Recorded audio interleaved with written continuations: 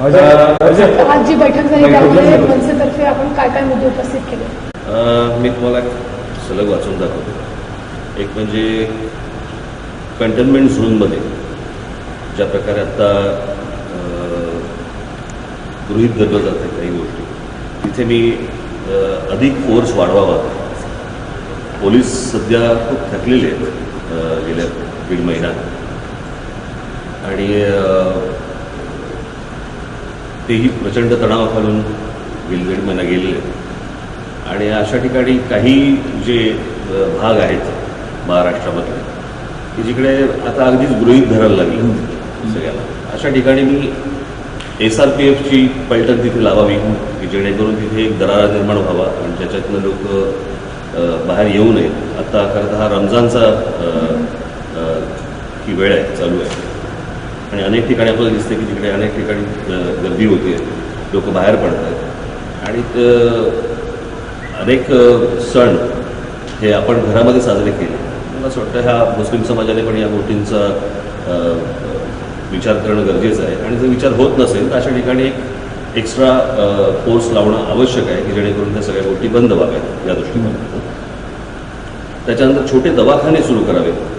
अनेक ठिकाणी काही जण आजारी पडतात, परंतु त्यांना समजत नाही आहे की, आणि दाखवायचं कोणाला, डॉक्टर नाही आहेत, दवाखाने बंद आहेत, तर ते दवाखाने सुरू करावेत. आणि दवाखाने सुरू करताना तिथे एखादा पोलीस तिथे असावा जेणेकरून तिथे रांगा जेव्हा लागतील त्याचं नियंत्रण करण्यासाठी. त्याच्यानंतर स्पर्धा परीक्षांसाठी आलेले जी तरुण आहेत, त्या स्पर्धा परीक्षांच्या तरुणांना परत घरी जाण्यासाठी म्हणून, हॉस्टेलमध्ये अडकलेले अनेक लोक जण त्यांना घरी जाण्यासाठी म्हणून काय व्यवस्था करता येईल ती लवकर करावी. जे परप्रांतीय कामगार आहेत ते परप्रांतीय कामगारांची परत येताना त्यांची तपासणी केल्याशिवाय महाराष्ट्रात त्यांना घेऊ नये. कारण त्या राज्यांमध्ये काय परिस्थिती असेल आपल्याला कल्पना नाही, आणि इथे चाचण्या होत आहेत इथे आपण बघतोय, परंतु त्या राज्यांमध्ये काय परिस्थिती आपल्याला माहीत नाही. आणि ते ज्या पद्धतीने महाराष्ट्रातनं बाहेर गेलेले आहेत आणि ते जेव्हा परत येतील किंवा आणले जातील त्यावेळेला त्यांची तपासणी केल्याशिवाय त्यांना आतमध्ये प्रवेश देऊ नये. त्याच्यानंतर त्याच वेळेला त्यांची राज्य स्थलांतरित कायद्याखाली नोंदणी करून घ्यावी, कारण हीच ती वेळ आहे, नंतर ते करता नाही येणार. आजपर्यंत सगळा मेस झाला होता, पण तो मेस मला असं वाटतं आता सुधारण्याची वेळ आहे, तर ती गोष्ट सरकारने तातडीने करावी. त्याच्यानंतर आत्ता जे गेलेले आहेत, पण असं हे अशा प्रसंगी जर समजा जायला लागले आणि आपल्याकडचे जर समजा कारखाने, आपल्याकडचे उद्योग हे जर बंद व्हायला लागले तर असं व्हायला नको. म्हणून महाराष्ट्रातले जे तरुण तरुणी आहेत, जिथे जिथे रोजगार उपलब्ध आहे त्याची नोंद करून महाराष्ट्रातल्या तरुणींपर्यंत ही गोष्ट पोचवावी, जेणेकरून त्यांना हा रोजगार उपलब्ध होईल. कारण आज आपल्याकडे मराठवाड्यामध्ये, पश्चिम महाराष्ट्रामध्ये, उत्तर महाराष्ट्रामध्ये, विदर्भामध्ये, खास करून मराठवाड्यामध्ये, आणि त्यांना माहितीच नसतं की रोजगार कुठे आहे. आणि आज जर समजा ज्या प्रकारे बाहेर गेलेले आहेत हे सगळे स्थलांतरित आणि रोजगार उपलब्ध झालेला आहे, तर ह्या मुलांना कळवावं, या मुलींना कळवावं की जेणेकरून त्यांना रोजगार उपलब्ध होईल. की आज भाजी विकण्यापासून ते कारखान्यांपर्यंतच्या अनेक ठिकाणचे लोक बाहेर गेलेले आहेत, तर ती जर संधी आज आहे तर महाराष्ट्र शासनाने ती घालवू नये, ही एक गोष्ट त्यांच्यासमोर मांडली. त्याच्यानंतर शाळा, आज मे महिना आहे, जून महिन्यामध्ये शाळा सुरू होतात, आणि त्या शाळा सुरू झाल्यानंतर त्या कशा प्रकारे शाळा तुम्ही सुरू करणार? तुम्ही ते काय ई लर्निंग वगैरे, आता हे काय प्रत्येक ठिकाणी तुम्हाला शक्य होणार नाही. आज तुम्ही असं फक्त म्हणून चालणार नाही की ग्रामीण भागात अशक्य आहे, शहरामध्ये पण अनेक ठिकाणी अशक्य आहे. मग ती गोष्ट तुम्ही कशी करणार आहात? तर ती गोष्ट पालकांपर्यंत जाणं, सरकारने सांगणं आवश्यक आहे, गरजेची आहे. कारण आता ॲडमिशनची वेळ आहे, ॲडमिशन्स कशा होणार, काय होणार. त्याच्यानंतर महानगरपालिका तसंच सरकारी कर्मचारी यांची जी काही सुरक्षेची जी कवच आहे, तर त्यांच्यापर्यंत ते दिले जात नाही आहेत, त्यांना उपलब्ध होत नाही आहेत. एक एक मास्क 5-5, 6-6 वेळा वापरला जातो आहे, ती काही गोष्ट योग्य नाही. तर त्याच्यामुळे त्या गोष्टी सुरक्षेच्या त्या उपलब्ध करून देणं. आज सफाई कामगार आहेत, सफाई कामगार आज आजारी पडत आहेत, उद्या त्यांनी जर समजा हात वरती केले तर तुमची शहरं, आपल्या शहरामध्ये काय होणार परिस्थिती. तर ह्यांच्याकडे तुम्हाला बारीक लक्ष देणं आवश्यक आहे, सरकारी कर्मचाऱ्यांपासून, पोलिसांपासून ते अगदी सफाई कामगारांपर्यंत. ती एक सूचना. आणि सगळ्यात महत्त्वाची सूचना मी सरकारला केली, आणि त्याचं उत्तर मला माहीत नाही, तर ते सरकार देईल. ते म्हणजे हा जो सगळा लॉकडाऊन आहे, हा लॉकडाऊनची त्याचा सरकारचा एक्झिट प्लॅन काय. उद्या 15 दिवसांनी 1 महिन्यानी जेव्हा कधी तुम्ही लॉकडाऊन काढणार तो तुम्हाला काढावाच लागणार. जोपर्यंत तुम्हाला त्याच्यावरची लस येत नाही, जोपर्यंत त्याच्यावरचं औषध येत नाही, तोपर्यंत तुम्ही काय लॉकडाऊन ठेवणार नाही. सो हा तुम्हाला कधी ना कधी तुम्हाला काढावा लागणार. तो काढल्यानंतर तुम्ही तो आयत्या वेळेला सांगून चालणार नाही, तर तुम्ही तो 10 ते 15 दिवस अगोदर तुम्ही तो लोकांना सांगणं आवश्यक आहे की तुम्ही काय काय प्रकारे तुम्ही पुढे जायचं आहे, काय काय गोष्टी सुरू होणार आहेत. कारण अचानक आज केलं सुरू, उद्या बंद केलं असं करून नाही होणार.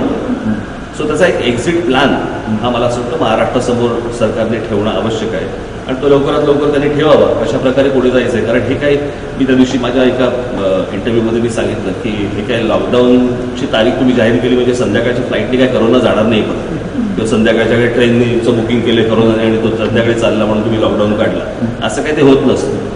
सो ती गोष्ट, ती तुमची लस आणि औषध येईपर्यंत ही गोष्ट राहणार आहे. तुम्ही काय कायमस्वरूपी लॉकडाऊनमध्ये राहू नाही शकत. लोकांना आज नोकऱ्या आहेत, उद्योग आहेत, मुलांना शिक्षण आहे, अनेक गोष्टी आहेत. तर त्याचा एक्झिट प्लॅन हा सरकारने तातडीने द्यावा, ताबडतोब द्यावा, ही शेवटची मागणी मी सरकारकडे केली. ज्या पद्धतीने आपण बघतो की आदेश येतात, जसं नॉन एसेन्शियल आणि दारूची दुकानं होती, एका दिवशी सांगितलं होणार, दुसऱ्या दिवशी लगेच मागे घेतले. ह्याबाबत काही चर्चा झाली का? कारण अधिकाऱ्यांमध्ये समन्वय नाही आहे. मुख्य सचिव त्याच्याबद्दल अनेक, कारण मी एकटाच नव्हतो. हे विरोधी पक्ष नेते देवेंद्रजी फडणवीस होते, विधान परिषदेचे विरोधी पक्ष नेते होते, इतर सगळे नेते होते तिथे, त्या भागातनं सगळेजण बोलत होते. सो प्रत्येकाने या सूचना मांडल्या, शेतकऱ्यांच्या बाबतीतल्याही सूचना मांडल्या, कर्जाच्या परतफेडीच्या संदर्भातल्या सूचना मांडलेल्या गेल्या.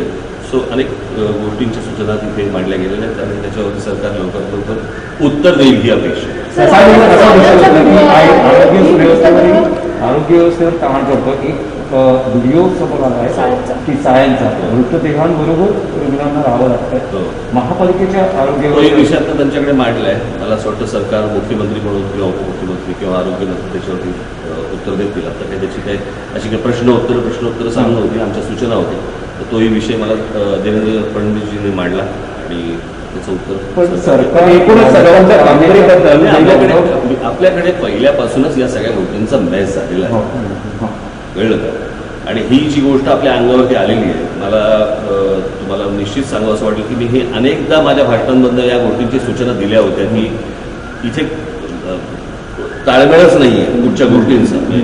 आज जर समजा तुम्ही KEM सारखं जर समजा एक मोठं हॉस्पिटल बघितलं तर तिथे मुंबई आणि महाराष्ट्रातले रुग्ण तुम्हाला कमी मिळतात, जिकडे इतर प्रांतातले जास्त तुम्हाला रुग्ण तिकडे सापडतात. तर आता अशा सगळ्या परिस्थितीमध्ये अनेक जी सरकारी आपली हॉस्पिटल्स आहेत तिथे बाहेरच्या राज्यांमधली लोक येतात आणि मग आपली जी महाराष्ट्रामधली लोक आहेत ती खाजगी हॉस्पिटल्समध्ये जातात किंवा खाजगी दवाखान्यांमध्ये जातात. आज वेळ आहे सरकारला की ह्याची सोय लावणं, त्या राज्यातल्या लोकांना या सोयी मिळणं, ज्या या राज्याच्या आहेत त्या सोयी मिळणं आणि त्या सोयी लावणं हे सरकारचं आता सगळ्यात महत्त्वाचं आणि मोठं काम आहे. ती गोष्ट सरकारने गांभीर्याने घ्यावी. त्या सूचना मुंबईत किती तुम्हाला टेन्शन वाटतं? कारण जर 16,000 रुग्ण असली तर 10,000 हे मुंबईतच रुग्ण आहेत. मला असं वाटतं त्या मानाने आपण जगाचे काय जे आकडे बघितले त्या मानाने आपल्या देशामधले आकडे फारच कमी आहेत आणि ते का कमी आहेत, कशासाठी कमी आहेत ह्याच्यावरती व्हॉट्सअप युनिव्हर्सिटी आहे. तुम्हाला मुंबई कंट्रोल करता येईल, मुंबईचा रिकामी केली म्हणजे आता अनेकांना गावी जायचं आहे, परप्रांतीयांना आपण परवानगी दिली, पण तुम्ही एंट्री आणि एक्झिट वरती जोपर्यंत कंट्रोल आणत नाही तोपर्यंत या गोष्टी होणार नाही. प्रत्येक ठिकाणी तुम्ही ही माणुसकी असं नसतं. जगामध्ये तुम्ही कुठच्याही इतर देशांमध्ये जेव्हा जातात त्यावर ते काय माणुसकीचा विचार करत नाही तुमच्याकडे बघून. ते त्यांच्या यंत्रणा ज्या काय असतात त्याप्रमाणे ते काम करत असतात आणि त्याप्रमाणे तुम्हालाही केलं पाहिजे. तिसऱ्या वेळेस लॉकडाऊन वाढवलं विरोधी पक्षाचं काय म्हणतात? 17 वाढवला जावा की कसं आहे, आता 25 तारखेला आहे ईद, बरोबर आहे. जर अजून किती वाढवलं नाही आणि समजा हे जर लोक सगळेजण जर रस्त्यावरती आले आणि जर त्याच्यानंतर कंट्रोल नाही झाला तर पेशंट्स वाढणार. याची खबरदारी सरकारने आता घ्यायला पाहिजे. म्हणून मी सांगितलं की ह्या सगळ्या ठिकाणी तुम्ही काय होतं की SRPF लावणं, बरोबर आहे. याचा अर्थ काय पोलीस यंत्रणा कमी पडली असं नाही आहे. 1.5 महिना काम केलं त्यांनी, अहोरात्र काम केलं, त्यांच्यावरती ताण आलेला आहे, ते थकलेले आहेत. सो अशा वेळेला दुसरी एक टीम तुम्ही तिथे लावणं आवश्यक आहे, गरजेचं आहे. आणि ती भीती जर नष्ट झाली तर मग तुमच्या हातात काही राहणार अगदी नाही. सरकारने तुम्ही किती करत राहिलात तरी काही उपयोग नाही, सरकारने सगळीच कामं जी आहेत ती पोलिसांवर सोपवली आहेत. म्हणजे अगदी मजुरांची नोंदणी करण्याचं काम सुद्धा पोलिसांवर सोपवलेलं आहे. इथे यंत्रणा आता आपले हितेंद्र ठाकूर यांनी फार चांगली सूचना केली त्याच्यामध्ये आणि त्यांनी असं सांगितलं की जे आपण काय म्हणतो लोकप्रतिनिधी आहेत या लोकप्रतिनिधींचा म्हणजे अगदी खालपासून वरपर्यंत यांचा सहभाग करून घेणं तुम्ही खूप आवश्यक आहे आणि ते खरंच आवश्यक आहे. कारण त्यांचा जो सहभाग हा जर तिथल्या सरकारी यंत्रणेला मिळाला तर तो जास्ती उपयोगी पडेल आणि त्यांच्यावर ताणही कमी होईल त्या दृष्टिकोनात. कारण जर बाकीचे मग सगळेजण जर समजा नुसतेच घरी बसतील रस्त्यावरती कोण कारण त्याच्यामुळे त्यांच्यावर जास्ती ताण येतो. परप्रांतीय मजुरांच्या तिकिटावरून जो वादंग झाला होता, परप्रांतीय मजुरांना जे रेल्वेकडनं तिकीट आकारलं जात आहे, पैसे घेतले जाऊ नये, परप्रांतीय मजुरांकडनं पैसे घेतले जात आहेत अशी रेल्वेच्या तिकिटाचे. पैसे घेऊ नये, तिकिटाचे पैसे कठीण परिस्थिती ते प्रश्न असा आता ह्या म्हणून मी म्हटलं ना की शेवटी जरा थोडंसं पुढे हे माणुसकी बिणुसकी काही गोष्टी आपल्याला जरा थोडं आजूबाजूला ठेवता येतील. उद्या तुम्ही येताना पण सांगाल की पैसे घेऊ नका म्हणून.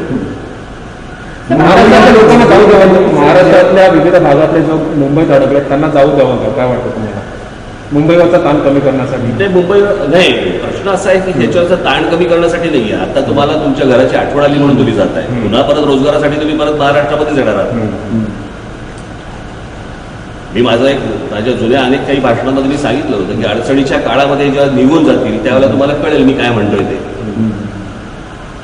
ज्या राज्याने तुम्हाला सगळ्या काही गोष्टी दिल्या त्याच्यावरती ज्यावेळेला सगळ्याच देशावरती आज संकट आलेलं आहे, न्यायाशाचा भाग नाही आहे, परंतु तुम्ही इथून बोलू शकता. पण ज्यांनी तुम्हाला रोजगार दिला, तुमचा रोजगार इथे आहे, अशा वेळेला तुम्ही निघून जाता. उद्या रोजगार इथे ज्यावेळेला कारखाने सुरू होतील, इतर गोष्टी जेव्हा सुरू होतील आणि हे जर समजा लोक आले नाहीत तर काय करायचं? हातावर ठेवून बसायचं.